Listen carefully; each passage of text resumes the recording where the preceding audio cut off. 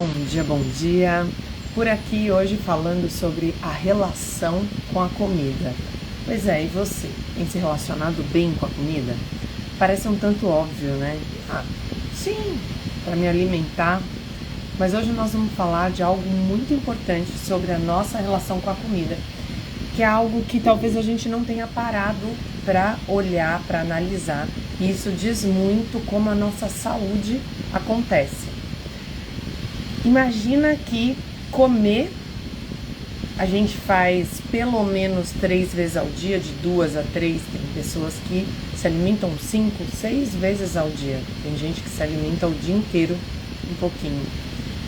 Por que será que no mundo todo a relação com a comida é tão diferente? Vamos falar sobre isso?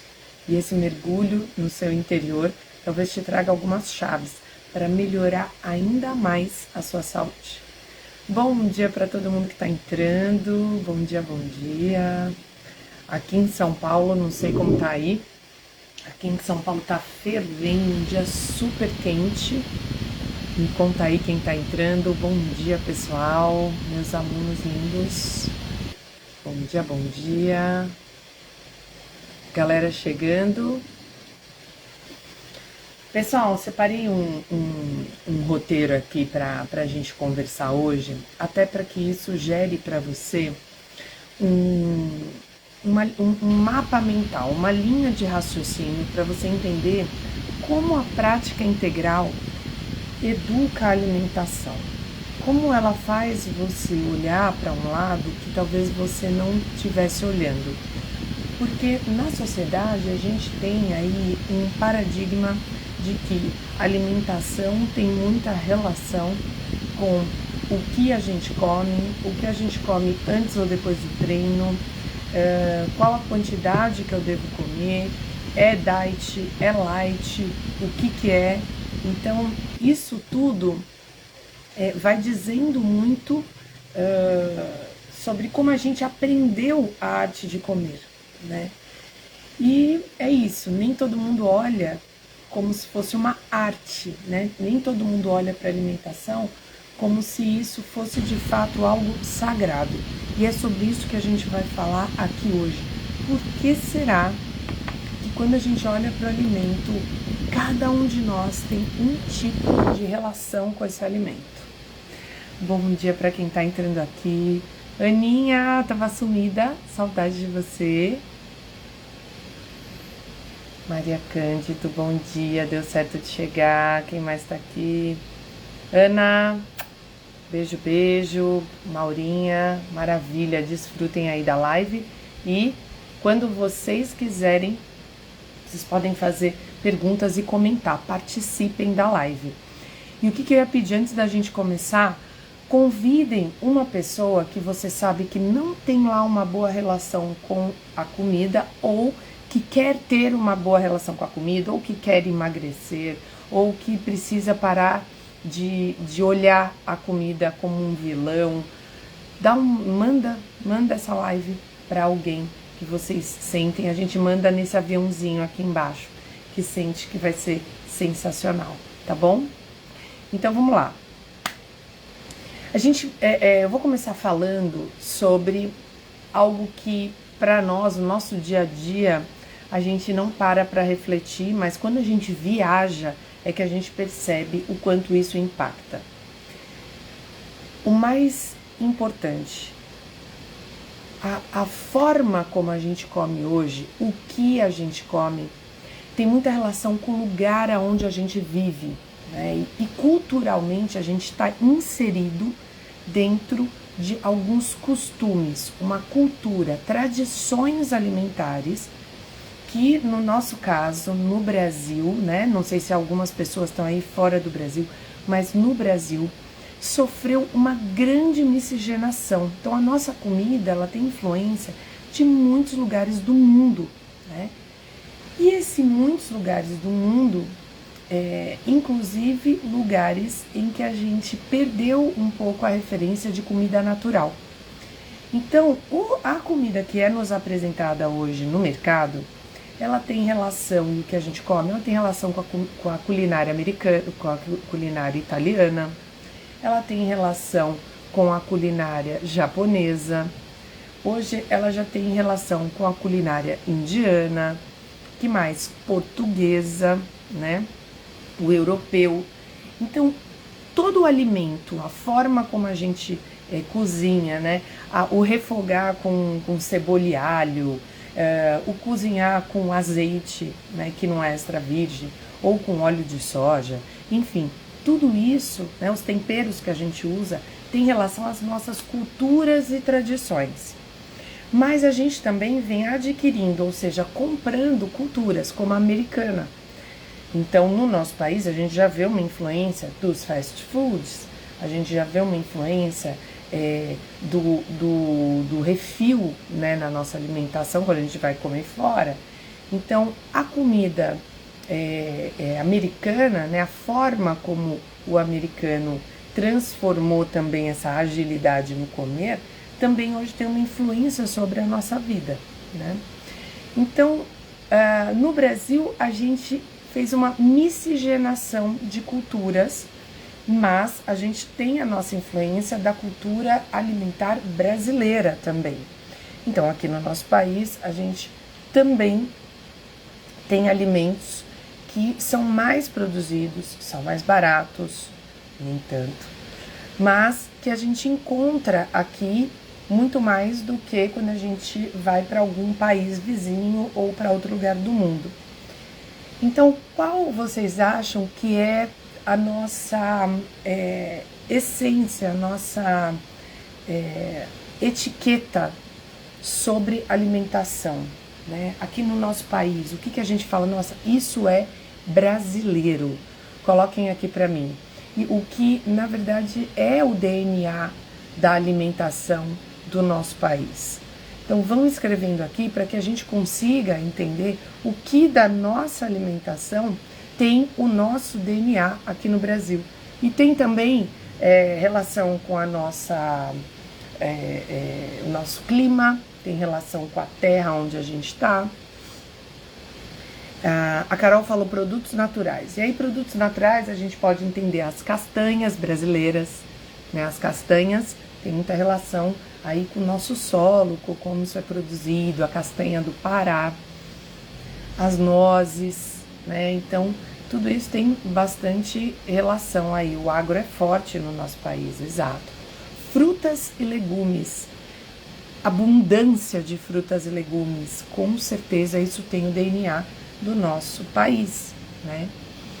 E quando a gente faz as nossas escolhas, o que mais colocar aqui? Comida, arroz, feijão, mandioca, sim, que tem muitos lugares que se chamam de outra coisa, macaxeira, né? Se vocês forem lembrando de mais coisas aí que tem relação com o nosso país, vocês vão colocando. Então, hoje, quando a gente olha para a nossa alimentação, será que a gente tem dado valor para aquilo que é natural e é brasileiro? Ou será que a gente tem comprado algumas culturas para estar mais no nosso prato, né? Tem famílias, por exemplo, famílias que têm a sua hereditariedade na Itália, né? Então trazem a massa, né? Essa relação com os molhos, muito forte, o pão, né? Então a gente carrega, mas muitas vezes não, a gente compra isso porque isso ficou tradicional nosso. Por exemplo, o pão francês com o café com leite. De onde será? Você que está assistindo aí, você toma café com leite e pão francês?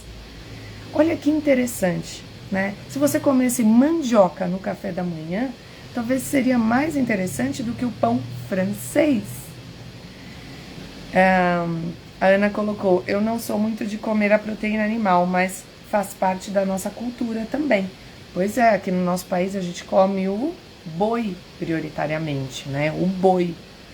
A gente tem o frango também, muito produzido aqui. No nosso país a gente tem a soja.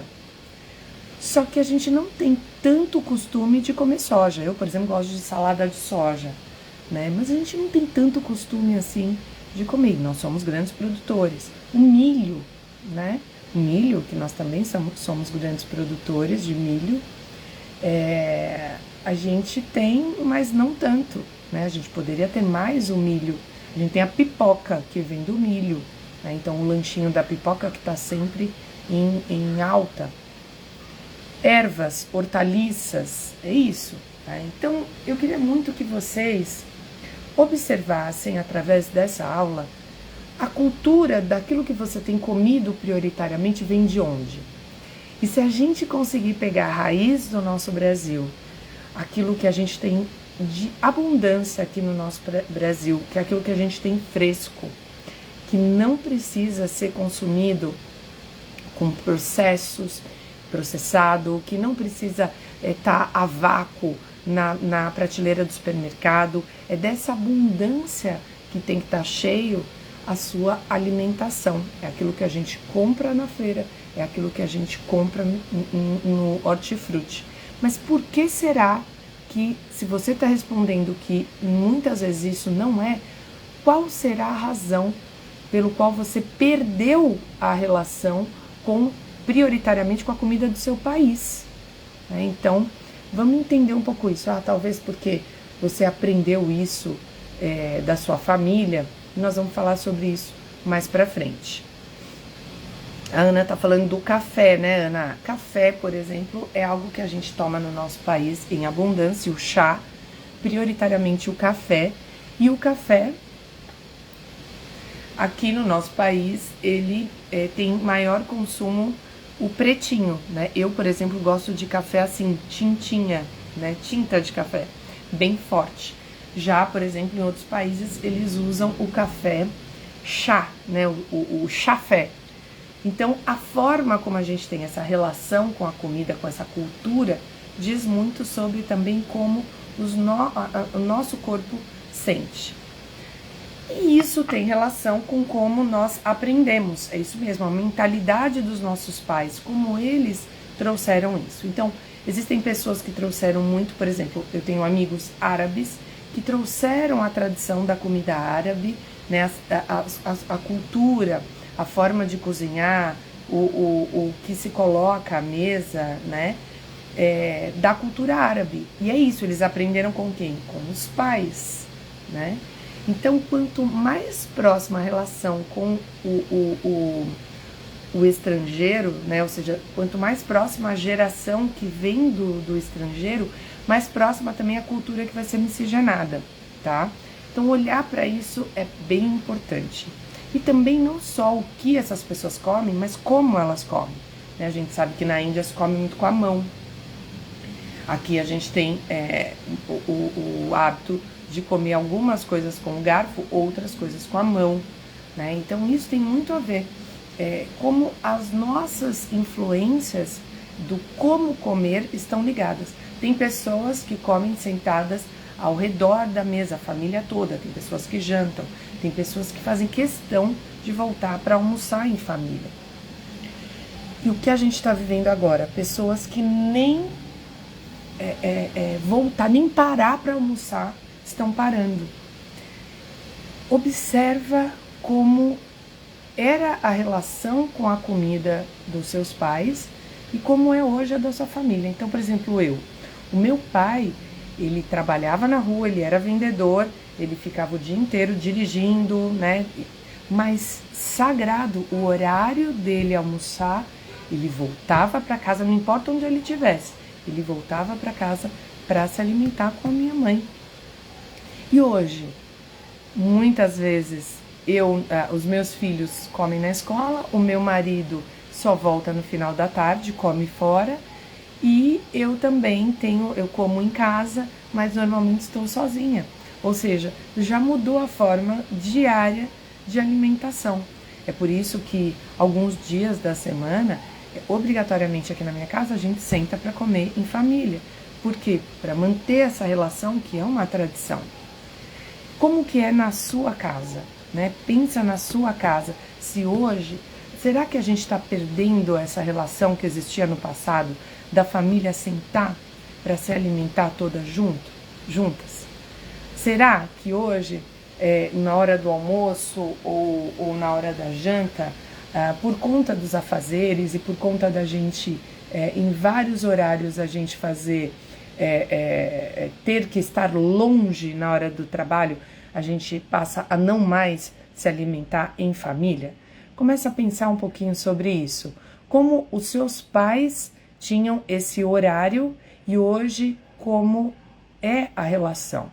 A Tá está colocando aqui, além de hoje, os eletrônicos estarem à mesa. Pois é, essa é uma condição que aqui não é negociada aqui em casa.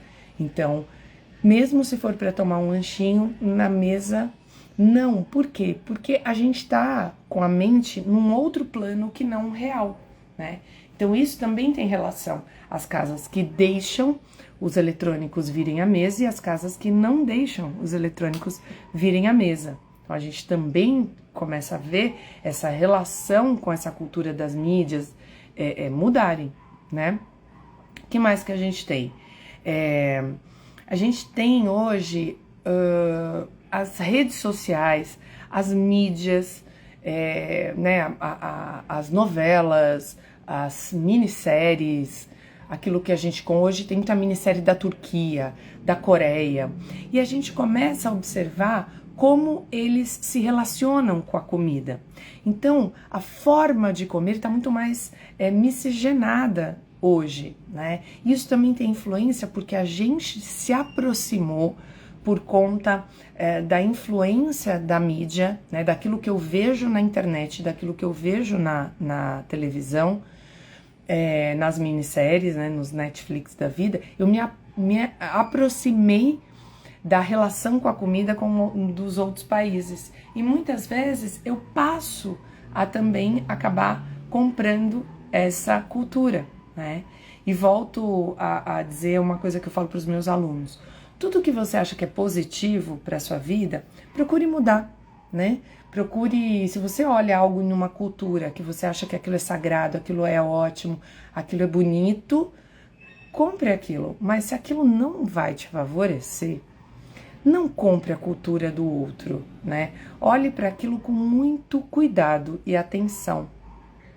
Uma outra questão que a gente tem em relação à comida é sobre o nosso estado emocional, né? Às vezes você fala, nossa, tô com fome, quero comer algo, mas não é fome de comida, é fome de tranqueira. Aqui, a forma como a nossa emoção pede açúcar, pede lanche, muitas vezes ela está pedindo o quê? Ela está pedindo uma pausa. Muitas vezes o nosso estado emocional está pedindo um descanso. E a gente entende aquilo como fome. Então, às vezes, a minha relação com a comida, por exemplo, com o café, é de pausa. Ai, vou tomar um cafezinho. O que eu tô querendo dizer? Que eu preciso colocar um líquido para dentro de mim para eu ter um motivo para pausar. Faz sentido? Então, a nossa relação com a comida, muitas vezes, é de alívio. Ai, eu preciso tomar um chopp ou tomar um vinho para desestressar, né? Olha que loucura, a gente começa a programar isso na nossa mente. Eu preciso comer um doce para ter uma recompensa positiva. Eu quero sentir um prazer. É isso que está embutido nisso tudo, né? É o pedido de aconchego, é isso aí, Ana. Então, observem como os nossos estados emocionais têm muita relação com como a gente lida com o nosso alimento. Quando a gente está bem, quando a gente está calmo, a gente se senta à mesa, né? Observa o prato, deveria. Agradece mentalmente, né? Todas as pessoas que trabalharam para aquele prato estar ali na mesa, né? E isso tudo vai movendo a gente, né? Vai fazendo com que o nosso alimento ele seja um momento de meditação, de pausa, e que eu não tenha que ter um alívio rápido, mas eu tenha que ter um momento sagrado com o alimento. Isso sim é uma boa relação com a comida, né? É um momento de me alimentar, de receber até mim aquilo que vai me construir, vai construir os meus músculos, vai fazer o meu intestino estar melhor, né? A forma como eu mastigo. Então, o nosso estado emocional tem relação com a comida, como eu olho para essa comida. Né? Tem muitas pessoas que falam, ai, até que enfim, uma pizza. Olha só, né, como já começam a olhar para esse alimento como um alimento, como isso foi programado na minha mente, né, de que a pizza está no final da semana e, portanto, eu gosto da pizza porque ela está no lugar do descanso ou do fim daquela semana que foi puxada, que foi de muito esforço. Então comecem a entender como os seus estados emocionais têm relação com aquilo que você pede para comer, tá? E nem sempre você precisa programar o seu cérebro para ser assim. Você pode programar alívio, você pode programar descanso com outras coisas e de outras formas, né? Com música, com diversão, com amigos, não necessariamente com bebida e comida. Faz sentido aí? O que mais que a gente coloca aqui que tem relação com a nossa comida? Pessoal, tem 4 importantes tópicos para eu falar agora para vocês da nossa relação com a comida. Então, se você está chegando agora ou não, convida pelo menos 10 amigos que você sente que podem se influenciar, de sentir a relação com a comida de uma forma melhor. Convida as pessoas para que a gente consiga ampliar essa dimensão, ampliar esse olhar para a alimentação de uma forma mais prazerosa e, como a Lê está dizendo aqui, uma forma mais afetiva, né, Lê? Bom, a gente tem também uma educação para a alimentação. Na prática integral, eu gosto muito de educar os meus alunos, né? Explicar o que é uma proteína, o que é um carboidrato, por que da importância das fibras, trazer estudo científico. A gente faz desafios de 21 dias para que os meus alunos observem. Nós estamos agora no meio do desafio sem leite, né? Então eu observo a minha influência em relação ao leite, eu percebo o que o leite tem influência sobre mim e aí eu vou educando sobre esse olhar. Eu não imponho que não se deve tomar leite dentro da prática integral, a gente não acredita em dieta restritiva, mas se você observar o leite e perceber que ele não tem uma boa relação com o seu bem-estar, por que não diminuir ou até tirar ou deixar ele só às vezes? De repente você encontra ali uma alergia ao leite, ao glúten, enfim. Reeducar a sua alimentação. Uma coisa muito importante, e a pedidos, vem um curso sobre isso esse ano, que é sobre planejamento alimentar. Como você planeja de forma simples e prática a alimentação do seu dia a dia, o seu, da sua família. Então tudo isso tem relação com a comida. Como eu fui educada a planejar, ou como eu me deseduquei, né? Às vezes a minha mãe tinha uma forma de cozinhar e eu, por conta do estudo, da vida, tal, me deseduquei em relação a isso, não é mesmo? Então, qual a nossa influência, né, e a relação da nossa comida quanto a eu me educar sobre o que eu coloco no prato, sobre o que eu escolho comprar no mercado? Será que eu compro gengibre hoje? Será que eu compro novas raízes para colocar na minha alimentação? É isso, quando eu pego receita, quando eu entendo novas receitas, como eu posso fazer aquilo, fica muito mais gostoso de se alimentar e eu vou me reeducando a cozinhar de uma forma diferente. Antes eu fazia só batata frita, hoje eu faço a batata assada, hoje eu faço a batata cozida, hoje eu faço ela com ervas. Então você vai se reeducando, você vai modificando a relação que você tem, não só com o ato de comer, mas também com o ato de preparar o alimento. Isso tem total influência sobre a sua relação com a comida e, como consequência, sobre o seu peso, sobre a sua digestão, sobre o funcionamento do seu intestino. Relação com a comida tem total relação com tudo isso que eu tô falando. Faz sentido para vocês? A Ana colocou, nada é proibido, também concordo. Temos que ter conhecimento e fazer escolhas com leveza. Então, eu aposto sempre em educar. E educar é algo infinito. A gente está sempre aprendendo. Eu aprendo todos os dias. Aliás, vocês, queria agradecer, são os meus maiores impulsionadores do aprender. Porque através das perguntas, através dos casos de família de vocês, eu mergulho mais e mais na ciência, eu mergulho mais e mais nessa ancestralidade que vem da Ayurveda, que vem do Yoga, que vem desses antepassados que chegaram até nós, né, dos índios, que nos ensinam como a gente ter novas relações com a comida e ser mais saudáveis. Muito bom. Outra questão é a disponibilidade de alimentos. Às vezes, você vai numa nutricionista e ela te passa um cardápio. E aí você pega esse cardápio e guarda ele e vai seguir ele daqui 3 meses. Só que daqui 3 meses, aquilo que ela programou já não tem mais no mercado, já não está disponível.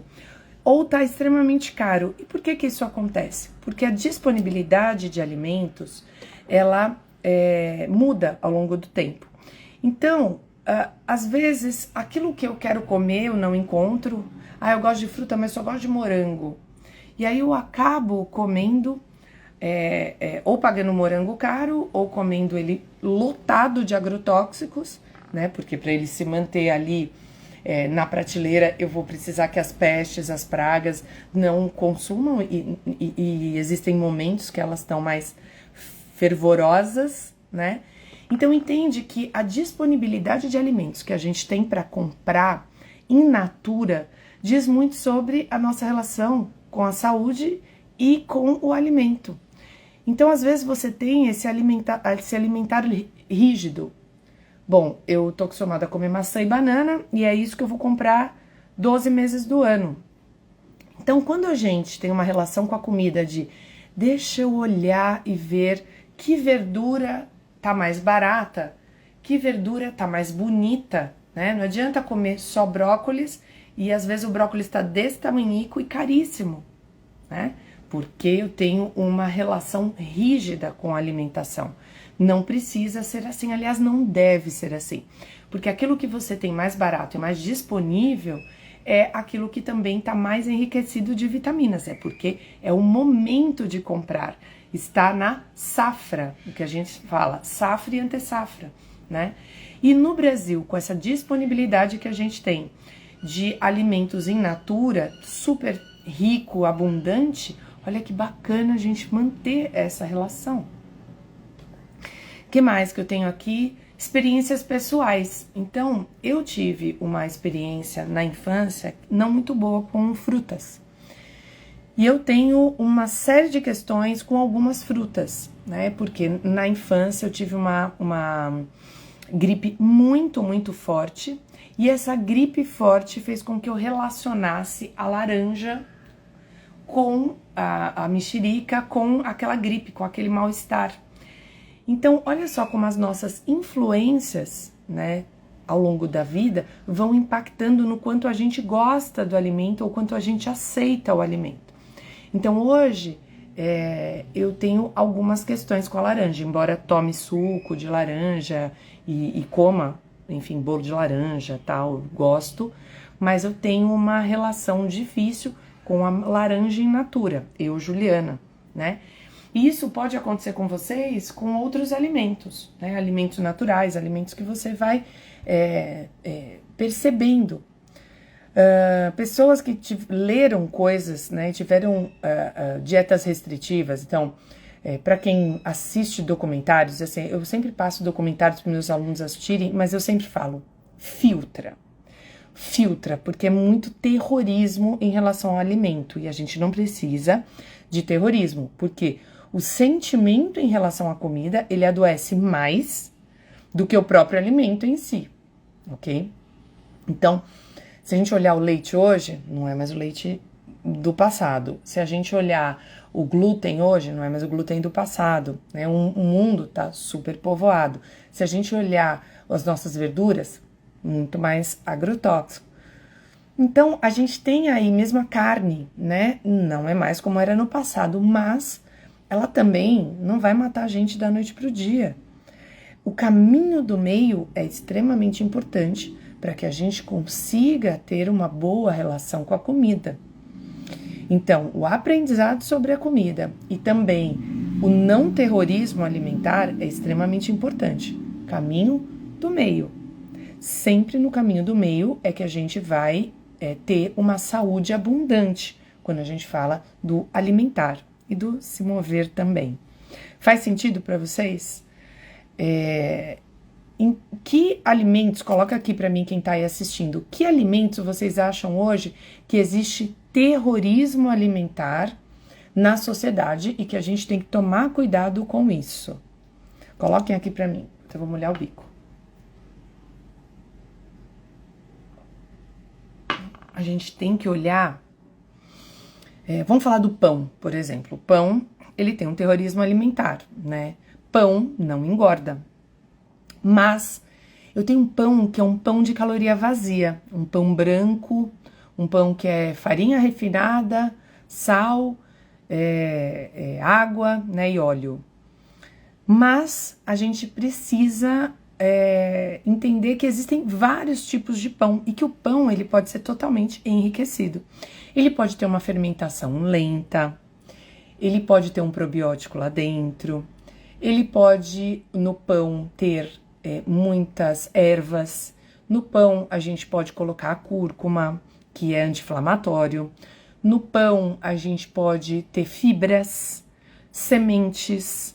Entende? Que uma coisa é como eu olho o terrorismo, outra coisa é como eu me aproveito da minha educação alimentar para fazer novas escolhas.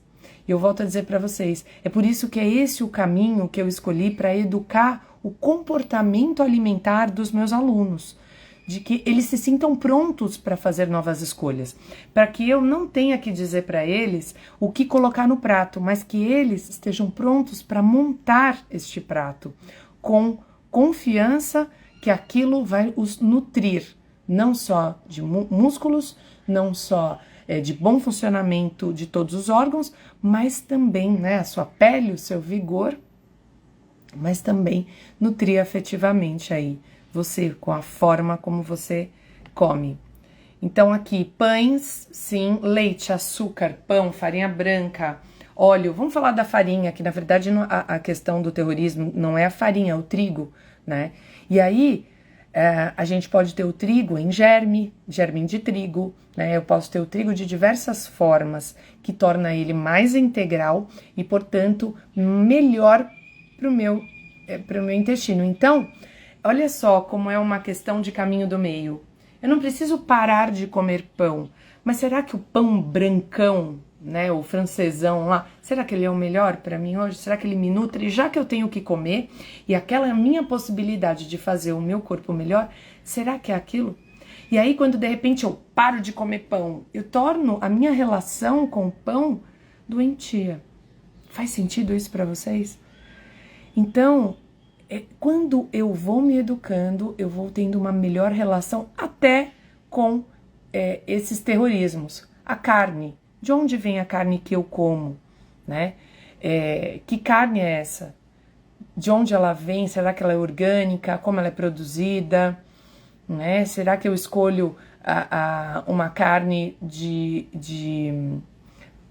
porcos felizes? A gente fez o Reconectar-se esse final de semana, e lá a gente tem a carne de porco que é produzida lá, né?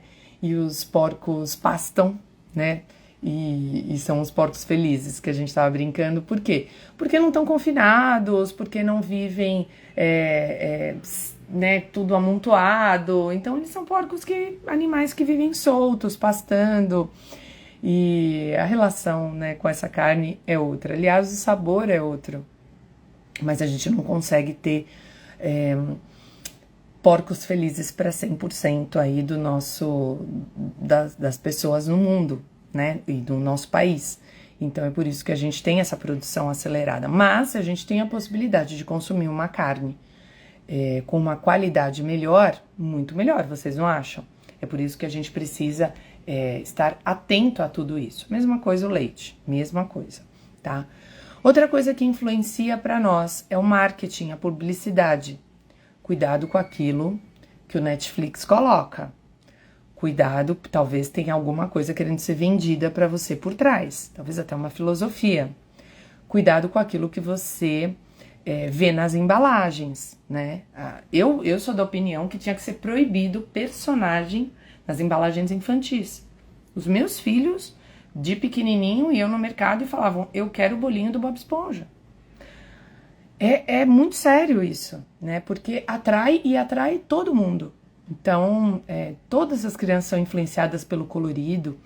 Então, como a gente também é influenciado por uma marca que tem lá na sua embalagem um ar de integral, mas que no fundo tem 5% de produto integral, o resto tudo igual. Você paga caro por isso. Então a gente tem que ter uma análise crítica de rótulo, né? Para quem não tem aí o aplicativo Desrotulando, é um super aplicativo bacana de se ter.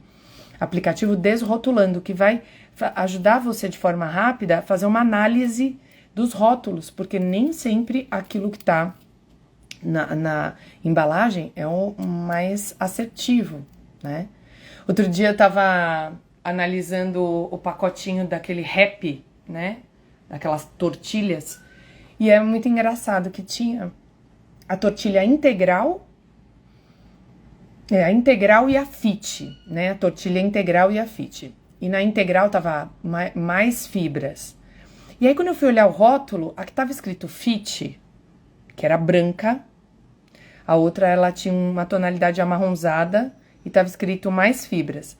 A que tava escrito fit tinha mais fibras do que a que tava integral escrito mais fibras. Eu achei isso interessante. Depois se vocês vão lá, dão uma olhada nisso.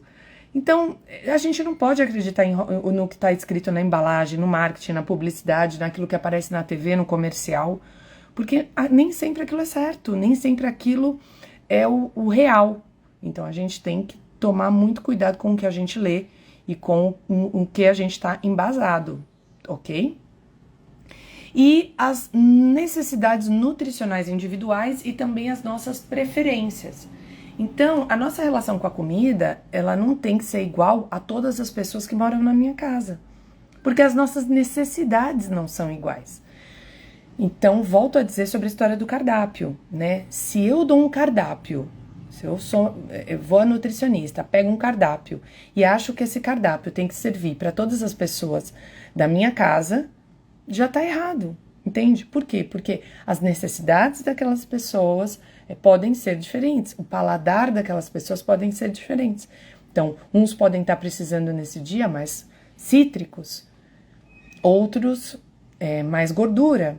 E é isso, né? Como a gente analisa isso e disponibiliza. Aqui em casa a gente faz o planejamento alimentar juntos. Inclusive o Léo, de 13 anos, participa. Inclusive a Malu, pequenininha, ela opina. Pra gente já aprender como faz planejamento alimentar. Então, é sobre isso, né? Claro, tem coisas que, né, todos nós precisamos, né, comer, então o feijão, né, o arroz e feijão e tal, mas nem todo mundo digere bem aquele tipo de feijão. E tá tudo bem, não é que a gente vai ter um alimento para cada um, mas a gente vai ter essa pergunta, a gente vai sempre destinar a pergunta, porque a gente tem a relação com a comida, ela é individual, e a gente vai tratando, vai tornando aquilo muito mais afetivo. E claro, para terminar, a relação do alimento com o nosso alimentar do coração, né? Então, a relação da sua... às vezes você tem saudades de alguém e você sente vontade de comer aquilo que essa pessoa fazia, né? Aquele molho, aquele frango, né? Então, tô com vontade do frango da mama. Na verdade, você tá com saudades da mama mesmo. E do sabor que a relação entre vocês tem, né? Então, isso é muito bacana. Isso tem uma relação afetiva que nutre mesmo o coração, né?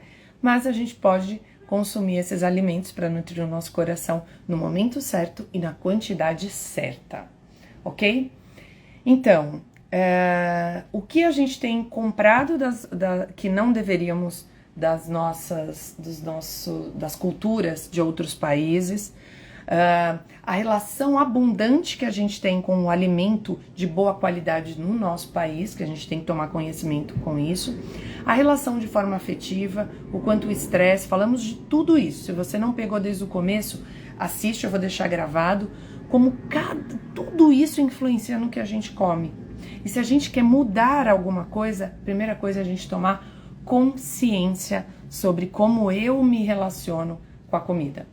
Fez sentido para vocês? Fez sentido? Coloquem aqui se tiver alguma dúvida. Eu vou deixar ainda uma caixinha de perguntas lá. Se vocês tiverem mais dúvidas, quiserem que eu fale mais sobre algum ponto da live de hoje, coloquem lá que eu vou aprofundar o assunto para vocês, tá bom? Fez sentido? Coloquem aqui para mim. Obrigado a todos que estão aqui. Para quem é a primeira vez, bem-vindos. Toda quarta-feira eu vou falar de um assunto sobre estilo de vida com saúde, saúde física e mental, a relação que a gente tem hoje com o alimento, a relação que a gente tem com o exercício, a relação que a gente tem com o sono e o quanto isso traz uma vida em abundância, uma vida cheia de prosperidade, de saúde, de boas relações humanas.